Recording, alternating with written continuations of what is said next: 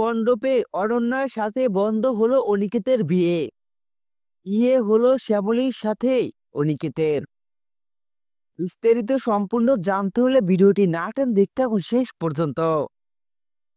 মণ্ডপে অনন্যার সাথে 7 পাক ঘোরা শুভ দৃষ্টি মালাবদল সব কিছুই অনিকেতের সাথে হয়ে যায়।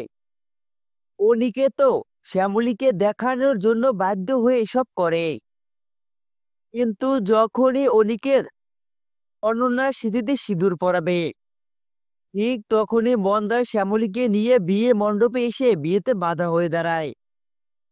এখানে শ্যামলীও আর স্বামী যে অন্য কাউকে সিঁদুর পরিয়ে দিচ্ছে, এটা সহ্য করতে না পেরে বিয়েতে বাধা হয়ে দাঁড়ায় শ্যামলী। শ্যামলী চিৎকার করে বলে, এ বিয়ে হতে পারে না।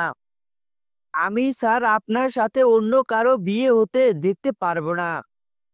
এভাবেই বিয়েতে বাধা হয়ে দাঁড়ালে তখনই অনিকেত ছুটে এসে শ্যামলীকে জড়িয়ে ধরে, এমনকি বিয়ে মণ্ডপে আবারও শ্যামলীর সাথে অনিকেতের বিয়ে হয়।